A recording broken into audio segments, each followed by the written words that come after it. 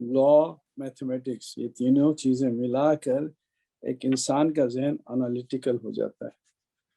تو میں نے غور کیا کہ یہ چیز کسی اور تفسیر میں مجھے نہیں ملی ہے کہ جو ان کے ہیں.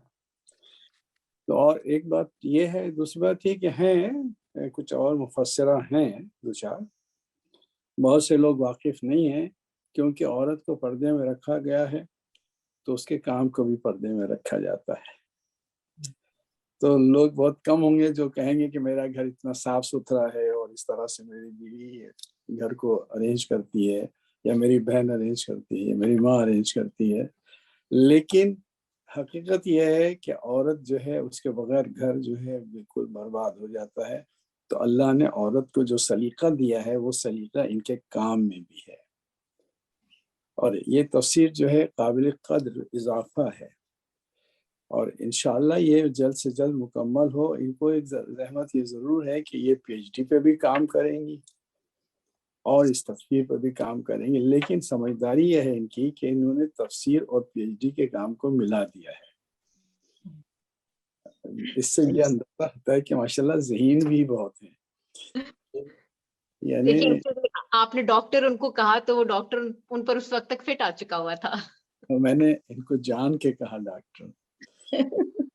ہاں، یہ اس وقت، یہ تو بعد میں انہوں نے بتایا کہ ان کا وہ سبجیکٹ جو ہے اپروو ہو چکا ہے، لیکن میں نے ان کو جان کے ڈاکٹر کہا کہ یہ اگر ڈاکٹریٹ ان کو نہ دی جائے تو پھر کس کو دی جائے گی. تو انشاءاللہ ان کو ڈاکٹریٹ ملے گی اور یہ مکمل کام ہوگا. بہت ہی اچھی اچھی چیزیں انہوں نے لکھی ہیں، اور وقت نہیں ہے، وقت بہت کم ہے، میں زیادہ بولنا نہیں چاہتا ہوں. تو اس لحاظ سے میری یہ دعا ہے کہ ان کا یہ کام مکمل ہو اور عوام کے ہاتھ میں آئے، اور ان کو قابل قدر اپریسیشن دیا جائے، اور لوگ ان کے کاموں کی وہ کریں، قدر کریں اور فائدہ اٹھائیں اس سے.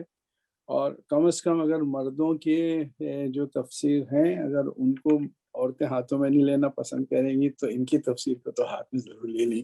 سر اب تک مردوں کی تفسیر ہمارے ہاتھوں میں تھی، اب ہم چاہیں گے کہ ہم بھی دیکھیں اور بھائی بھی دیکھیں، سارے ہمارے بھائی بھی دیکھیں اور سب دیکھیں. یہ ہے میں وقت میں ان کے لیے کیا تعریف کروں. اور خود آپ جیسا کہ انہوں نے خود بھی لکھا ہے اور آپ تمام حضرات جانتے ہیں کہ ہمارے لیے سب سے بڑا، ہماری عورتوں کے لیے سب سے بڑا نمونہ عمل جناب شہزادی کونین فاطمہ سلام اللہ علیہا اور حضرت زینب سلام اللہ علیہ سے بڑھ کر کوئی نہیں ہے. اور ہماری جان نثار ان کے اوپر کہ انہوں نے ایک نمونہ ایسا پیدا کر دیا ہے کہ آگے تک قیامت تک کی عورتیں چاہے کتنی ترقی کرنا چاہے علم میں اور عمل میں، تو ان کے لیے وہ نمونہ عمل موجود ہے. میری دعائیں ہیں آپ سب لوگوں کے لیے، اور خاص طور سے آئی ایم آئی کے لیے بھی بہت دعا ہے کہ ان کے پلیٹ فارم سے اس طرح کے لوگوں کی شخصیتوں کو اجاگر کیا جا رہا ہے. بہت ہی اچھی اور خوشی کی بات ہے. بہت بہت شکریہ، تھینک یو سو مچ. بہت بہت خوبصورت الفاظ آپ نے استعمال کیے. رباب کاظمی صاحبہ کو بھی بہت عمدگی سے آنر کیا. آبدی صاحب بھی ہمارے ساتھ موجود ہے. مولانا علی حیدر آبدی صاحب، آپ نے جتنا اب تک رباب صاحبہ کا کام پڑھا ہے، آپ کیا کہیں گے؟ بہت بہت شکریہ آپ کا اور تمام سامعین کرام کا.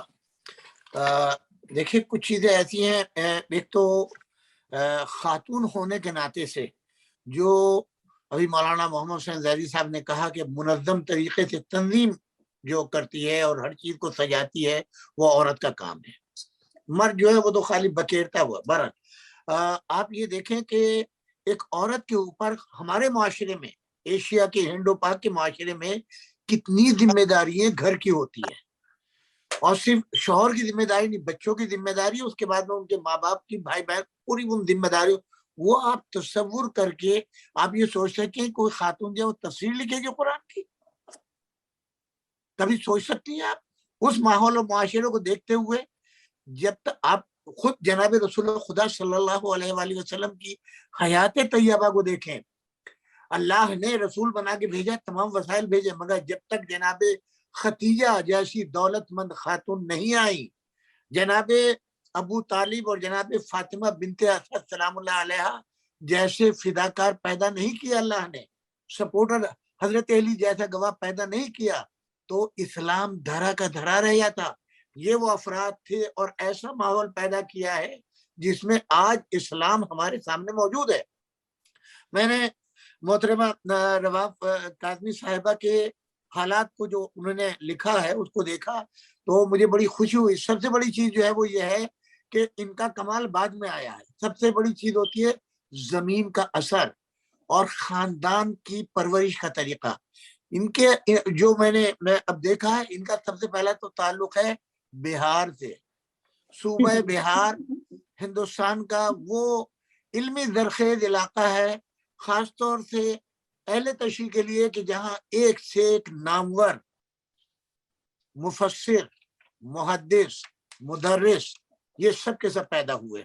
اور علامہ راحت حسین صاحب قبلہ جن کو صدر المفسرین کہا جاتا ہے، آپ یہ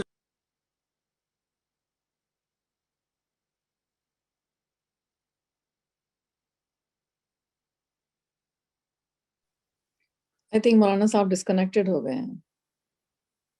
Let's wait for him to rejoin.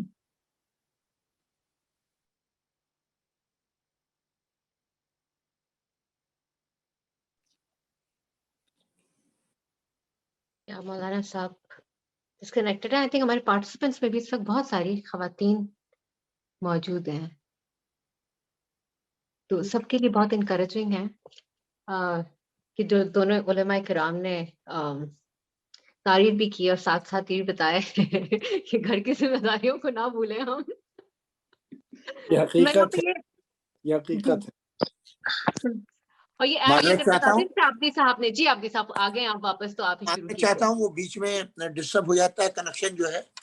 تو میں عرض کر رہا تھا صدر المفسرین آیت اللہ مولانا سید راحت حسین صاحب قبلہ کے خانوادے سے یہ تعلق رکھتی ہیں، اور یہ وہ آیت اللہ ہیں کہ جن کے علم کا چرچا صرف ہندوستان میں نہیں بلکہ ایران و عراق کے اس وقت کے مراجع کے درمیان بھی جو ہے بڑی عزت سے ان کا نام لیا جاتا تھا، جنہوں نے تفسیر انوار القرآن لکھی ہے جو ایک نایاب تفسیر ہے. اور ظاہر ہے کہ جب اتنی بڑی ہستی کے خانوادے سے ان کا تعلق ہو، اور پھر وہ زمین بہار کی جہاں ایک سے ایک بڑا سیاست داں پیدا ہوا، اور بڑے خاص طور سے یعنی اگر آپ دیکھیں مثال کے طور پر کون سا گھر ایسا ہے جہاں مولانا فرمان علی صاحب قبلہ کا ترجمہ کیا ہوا قرآن نہیں ہے. ہر بیٹی کو انڈو پاک کے اندر جہیز میں دیا جاتا ہے یہ قرآن مجید، وہ اسی سرزمین کے پیدا ہوئے ہیں جی. اور اس کے بعد میں پھر آپ یہ دیکھیں کہ میں کس کس کا نام لوں، میرے پاس تو ایک بڑی طویل فہرست ہے. معذل علامہ اظہر حسن صاحب مرحوم، یا مولانا علی حیدر صاحب جنہوں نے اہل بیت اطہار علیہ السلام کے دفاع میں لاتعداد کتابیں لکھی ہیں، نفس المحوم جیسی کتاب، اور جناب علی حضرت علی علیہ السلام کے دفاع میں. یہ تمام علماء جو ہیں ایک طویل فہرست ہے بہار کے علماء کی، اور جب ان کا تعلق بہار سے ہے اور پھر سسرال کی طرف سے بھی اور اپنے ننیال ددیال کی طرف سے بھی جب اس خانوادے تعلق رکھتی ہیں، اور پھر ماشاءاللہ جو میں نے ان کا بایو ڈیٹا دیکھا اس میں پورے پورے صاحب علم میں ہر شخص بڑی بڑی ڈگری لیے ہوئے. جب اس منزل میں اس ماحول میں تربیت ہوگی تو پھر کتنا آسان ہوگا اس کے لیے اتنا بڑا کام انجام دینا. بہرحال میں نے تھوڑا سا خاکہ بنایا ہے، اور ظاہر ہے میں یہاں پر کریڈٹ دوں گا جناب ہمارے اپنے سید محمد شبیر علی زیدی صاحب جن کا تعلق حیدرآباد سے ہے. دیکھیں جب انسان کو ارادہ اور نیت کرتا ہے، جب وہ اللہ اور اس کے دین کے لیے نیت کرتا ہے تو 100% کامیابی ہوتی. مجھے نہیں معلوم، اس لیے کہ 50 سال 48 سے 50 سال تو ہو گیا ان کو بلجیم میں مقیم ہوئے ہوئے، انہوں نے کب یہ ارادہ کیا کہ اہل بیت اطہار علیہ السلام سے متعلق جو آیات ہیں ان کو الگ کیا جائے. اور ظاہر ہے جب اہل بیت اطہار کے فضائل کو مٹانے کے لیے چاہے وہ آیات کی شکل میں ہو یا احادیث کی شکل میں ہو، ان کے مقابل معاویہ نے محدثوں کو خریدا، مفسروں کو خریدا، مورخوں کو خریدا، اور آیتوں کے اہل بیت کے خلاف جو ہے ان تمام آیتوں کا انکار کر دیا جائے، دوسرے لوگوں کو فٹ کر دی جائے. جب حکومت جو ہے ان کے مقابل میں ہو، جیسے آج سعودی عرب کی دولت جو ہے فضائل اہل بیت کو مٹانے کے لیے اور وہابیت کو قائم کرنے کے لیے، تو ایسے میں آپ کیا کر سکتے ہیں اور کیا کہہ سکتے ہیں؟ لیکن اس کے باوجود جس چیز کو اللہ باقی رکھے اور زندہ رکھے کون مٹا سکتا ہے؟ ہمارے پاس سب سے پہلے جو جتنے بھی تراجم ہیں لاتعداد، مولانا فرمان علی صاحب، مولانا مقبول احمد صاحب، صفدر حسین نجوی صاحب، رضی جعفر صاحب، علامہ ذیشان حیدر جوادی، علامہ سید تلمیذ حسین رضوی اور مولانا سید محمد رئیس جارچیوی، ان کے تراجم میرے پاس ہیں اور میں نے دیکھا. مگر جو رباب صاحبہ نے کام شروع کیا تفسیر کی شکل میں، پہلی چیز تو تفسیر کرنا ہر ایک کے بس کی بات نہیں ہے اور نہ آسان کام ہے. انہی نے جس موضوع کو چنا ہے اور ہمارے بھائی شبیر صاحب کی خواہش کو پورا کیا ہے، وہ یہ ہے کہ اہل بیت اطہار علیہم السلام سے متعلق جو قرآن کی آیات ہیں، ان کو جو جتنے تراجم اور تفاسیر قرآن کی ان کو ملی ہیں، ان سب سے انہوں نے تفسیر فضائل اہل بیت کو یک جگہ جمع کر دیا ہے اور جس کی 2 جلدیں منصہ شہود پر آ چکی ہیں. الحمدللہ مجھے بڑی خوشی ہوئی. میں نے تھوڑا سا جو صفحات مجھے بھیجے ہیں میں نے اس کو ایک نظر دیکھا اور اس میں جو ہے وہ صفحہ 27 پر آپ نے جو ہے وہ قرآن و اہل بیت کا موازنہ بہت ہی اچھے انداز میں قرآن اور اہل بیت ان کا موازنہ کیا ہے، ہر لحاظ سے، ترتیب کے لحاظ سے، طہارت کے لحاظ سے، فضائل کے لحاظ سے، قبولیت دعا کے لحاظ سے. اس کے بعد صفحہ 28 سے 31 پر جناب رسول خدا صلی اللہ علیہ وآلہ وسلم سے 11ویں امام تک قرآن کی فضیلت پر، اس کی افادیت پر، آپ کے اقوال، تلاوت کا ثواب اور قیامت کے دن وہ شفاعت کیسے کرے گا. یہ آسان کام نہیں ہے، یہ بالکل ایک جدت ہے. جناب رسول خدا، اس کے بعد حضرت علی، جناب فاطمہ اور پھر 11ویں امام تک ہر ایک کا قول قرآن مجید کی شان میں، اس کی فضیلت، اس کی تفسیر اور کس طریقے سے انسان کو پڑھنا چاہیے، قرآن کا حق ادا کرنا چاہیے اور کیا ثواب کیا جزا ملے گی. اس کے بعد صفحہ 32 سے 34 پر قرآن مجید کے پڑھنے والوں کی فضیلت، جو لوگ تلاوت کرتے ہیں ان کی فضیلت کیا ہے، اقوال معصومین اور اس کا ثواب کیا ہے اور قرآن کس طریقے سے نجات دلائے گا. اس کے بعد جو ہے وہ صفحہ 39 اور سے لے کے 41 تک سورہ الحمد کی تفسیر. اب آپ جانتے ہیں سورہ الحمد کیا چیز ہے، اور قرآن مجید کا مکمل سورہ، ایسا سورہ جو پورا قرآن ہے. پھر اس کے بعد صفحہ 44 کے اوپر بسم اللہ کے فضائل بزبان امام علی علیہ السلام جو اسم اعظم ہے اور فضائل اہل بیت ہیں. تو میں یہ سمجھتا ہوں یہ ایسا کام کرنا ہر ایک کے بس کی بات نہیں ہے، اور ظاہر ہے کہ مولا امیر المومنین علی ابن ابی طالب وہ ہیں جنہوں نے قرآن مجید کو جو ہے وہ جمع کیا ہے. اور یہاں ایک خاص بات آپ کی خدمت میں عرض کرتا چلوں کہ قرآن مجید وہ ہے جس کے لیے امام علی خطبہ پورا کا پورا نہج البلاغہ کے اندر، مگر آپ یہ فرماتے ہیں کہ ما نزلت آیت الا وقد علمت قیاما نزلت و اینا نزلت ان ربی وہب لی قلبا عقولا ولسان سہولا. جب بھی کوئی آیت نازل ہوتی تو میرے علم میں ہوتا کہ وہ کس کے بارے میں نازل ہوئی ہے، کہاں نازل ہوئی ہے. بے شک میرے رب نے مجھے فہیم دل اور سوال کرنے والی زبان عطا فرمائی ہے.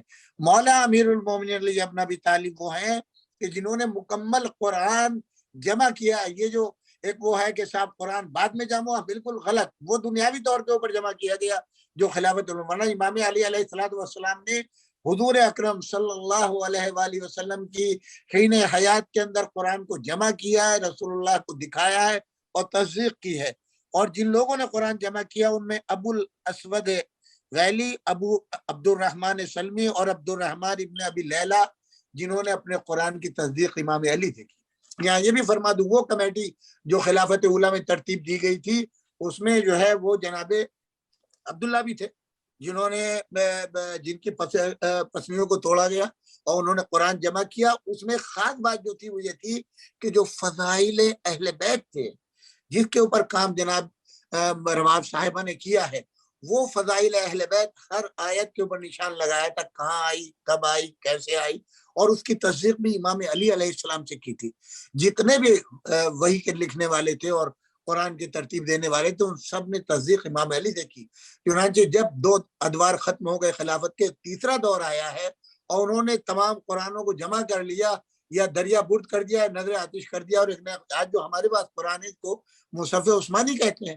تو ان کے بھی انہوں نے جو ہے کہا کہ عبداللہ ابن مسعود سے کہ آپ اپنا قرآن ہمیں دیں, انہوں نے نہیں دیا. چنانچہ خلیفہ وقت نے اپنی جوتیوں سے, اپنے پیروں سے ان کی پسلیوں کو توڑا ہے. اسی مرض میں انتقال ہوا. انہوں نے کہا خدا کی قسم مر جاؤں گا مگر قرآن نہیں دوں گا. کیوں؟ فضائل اہل بیت سے بھرا ہوا تھا. اس زمانے کے اندر جو چیز مرحوم مولانا مقبول احمد صاحب قبلہ نے, خدا ان کی مغفرت فرمائے اور درجات بلند کرے, ظاہر دوسرے مطلب کے اس میں آئے تھے, جو چیز انہوں نے زمین میں فضائل اہل بیت بھرپور طریقے سے لکھے ہیں. اور مجھے رباب صاحبہ نے بتایا کہ انہوں نے اس سے بہت زیادہ استفادہ کیا ہے.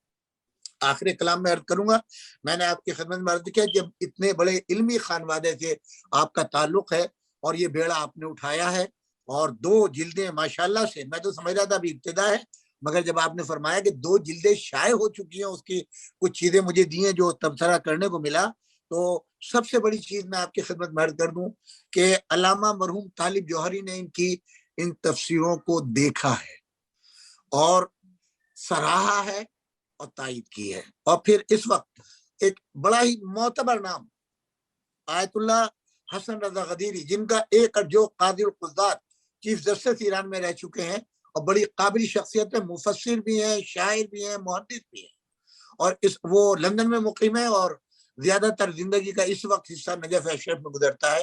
ان سے برابر ان کا رابطہ ہے, برابر وہ تائید کرتے ہیں, ہر طرح کی انہوں نے تصدیق کی ہے. اور پھر جیسا کہ جناب شبیر حسین صاحب جن کے جو علامہ رشید ترابی کے بھانجے ہوتے ہیں, اور اس کتاب کے اوپر سب سے بڑی چیز جو ہے علامہ عقیل ترابی رحمۃ اللہ علیہ, خدا ان کی مغفرت کرے, درجات بلند کرے, جیسے عالم نے اس کی نظر ثانی کی ہو, تو ظاہر ہے انسان خطا کا پتلا ہے, خطاؤں کا امکان رہتا ہے, اور ممکن ہے اس میں کوئی نہ کوئی خطا الفاظی, لفظی یا زبر و زیر کی کوئی ہو سکتی ہے, اس میں 2 رائے نہیں. خطا سے جو ہے یہ نہیں کہا جاتا پاک ہے, وہ جو لوگ مطالعے میں لائیں گے ان کے لیے ضروری بنتا ہے کہ وہ نشان لگائیں اور اطلاع دیں تاکہ آئندہ اس میں وہ, مگر میں یہ کہوں گا اتنا عظیم کام ہر ایک کے بس کی بات نہیں جب تک کہ تائید پروردگار اور تائید اہل بیت نہ ہو. اور جب کوئی دین کے لیے کھڑا ہو جاتا ہے, کسی بیڑے کو اٹھا لیتا ہے, تو پروردگار عالم اسی صورت سے, شاید جناب رباب صاحبہ کی قسمت میں یہ کام لکھا ہوا تھا.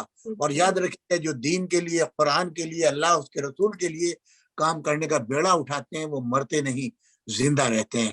آج جن لوگوں نے تفسیریں لکھی ہیں اور اہل بیت کے فضائل لکھے ہیں, برسہ برس دنیا سے گئے ہوئے ہو گئے, صدیوں گزر گئی, نام باقی اور زندہ رہے گا. پروردگار سے میں یہی دعا کر سکتا ہوں اپنی بہن کے لیے, ان کے بچوں کو سلامت رکھے, ان کے شوہر کو سلامت رکھے, اور ان کو اور ہمت, قوت, طاقت عطا کرے کہ جتنا زیادہ سے زیادہ, کیونکہ ان کا پیشہ جو ان ذاکرہ کا جو ایک رتبہ ہے, مقام ہے, اور جس کی جزا صرف شہزادی جناب فاطمہ زہرا دیں گی, اس کے لیے بہت ضروری ہے مطالعے کے لیے ضروری ہے تفسیر, حدیث اور تاریخ, یہ تمام چیزیں اس کے لیے ضروری ہوتی ہیں. تو آپ نے یہ بیڑا اٹھایا ہے اور خاص طور سے اپنے لیے نمونہ بنایا ہے اس حدیث کو جس کو حدیث ثقلین کہتے ہیں, انی تارک فیکم الثقلین کتاب اللہ اطرتی و اہل بیتی لم تم بہما لن تضلوا بعدی. یعنی یہ گارنٹی ہے اگر قرآن و اہل بیت کو لے لیا آپ نے تو کبھی گمراہ نہیں ہوں گے, اور ان دونوں میں کبھی اختلاف نہیں ہوگا جب تک حوض کوثر پر ملاقات. ان دونوں میں اختلاف نہیں ہوگا, یہ رسول اللہ نے ذمہ داری لی ہے اور یہ انشور کیا ہے کہ ان دونوں کو لینے کے بعد انسان گمراہ نہیں ہوگا. بہت بڑا کام آپ نے کیا ہے, اللہ آپ کو سلامتی دے, صحت دے, اور پروردگار عالم شرف قبولیت دے آپ کے اس کام کو, اور امام زمان علیہ السلام کی ہمیشہ تائید آپ کے ساتھ رہے. بہت شکریہ. تھینک یو, بہت بہت شکریہ مولانا عابدی صاحب, بہت بہت خوبصورت الفاظ رباب قادری صاحبہ کے لیے آپ نے کہے. ان کا کام ہے عمدہ, اور جیسے کہ آپ نے, ہمیں تو نہیں پتا تھا, آپ نے ان کا شجرہ انٹروڈیوس کرایا, بہت شکریہ اس کا. تو یہ ہم کہیں گے کہ ان کے خون میں شامل ہے, اور یہ بے شک کی نوکری ان کے ذمہ لکھی ہوئی تھی. جی بالکل بالکل, اس میں 2 رائے نہیں ہے. بالکل. آپ کا بہت بہت شکریہ ادا کرنا چاہوں گی مولانا علی حیدر عابدی صاحب کہ آپ نے وقت نکالا یہاں پر گفتگو کے لیے آئے. مولانا محمد حسین زیدی صاحب آپ کا شکریہ ادا کرنا چاہوں گی کہ آپ نے ان کے جو کام کر رہی ہیں رباب کاظمی صاحبہ اس کو دیکھا, اس پر تبصرہ کیا, ہمارے ساتھ گفتگو کی, بہت عمدہ. ڈیفینیٹلی سسٹر رباب کاظمی صاحبہ آپ کا کام ہمیں بہت خوشی ہے کہ ہم سب کو یہ موقع ملا ہے جاننے کا کہ آپ کیا کر رہی ہیں, اور آپ ہماری کمیونٹی میں ہمارے درمیان موجود ہیں, یہ ہمارے لیے ایک اعزاز کی بات ہے. تو تھینک یو ویری مچ. مجھے بھی اجازت دیجیے, لیکن میں اس وقت فرحین کی طرف گفتگو لے کے جاؤں گی کہ وہ آخری ورڈز جو کہنا چاہیں. سو اوور ٹو یو فرحین. ٹھیک ہے, بہت شکریہ آپ کا. بہت شکریہ. تو بہت میں شکریہ آپ سب کا, آپ بہت شکریہ, بہت ممنون ہوں میں بہت ممنون ہوں اپنی بہنوں کی جو یہاں پہ تشریف رکھتی ہیں, بھائیوں کی جنہوں نے اس سیٹرڈے آفٹرنون کو روزے کے درمیان اپنی بہت ساری مصروفیات کے درمیان نکالا اور پارٹیسپیٹ کیا اس پروگرام میں. بہت پراؤڈ فیل کرتی ہوں کہ علم اور شہر علم اور باب علم کے سے منسلک اس کاروان انجمن IMI کو آپ لوگوں نے اپنا ٹائم دیا.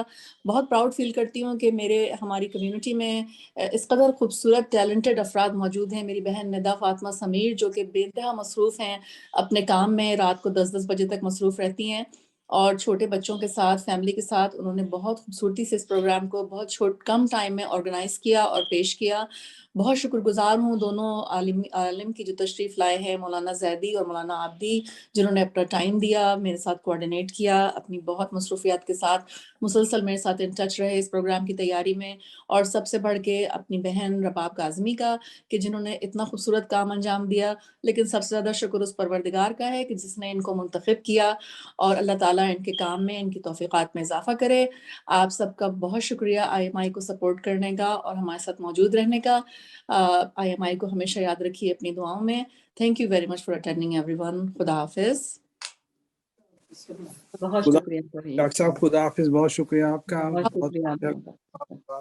تھینک یو مولانا بہت صاحب. شکریہ مولانا عابدی صاحب اور مولانا زیدی صاحب, آپ لوگوں نے اتنا اچھا اس پہ ویو دیا. اور میں تو مطلب میری تو آج دنیاوی ایک خواہش تھی, وہ آج فرحین کے توسط سے بارگاہ پروردگار میں مقبول ہوئی, اور مجھے آج یہ دن نصیب ہوا. میں نے یہ عرض کیا تھا پہلے کہ الدال الی الخیر کفاعلہ, یہ سرور کائنات کی حدیث ہے. تو ان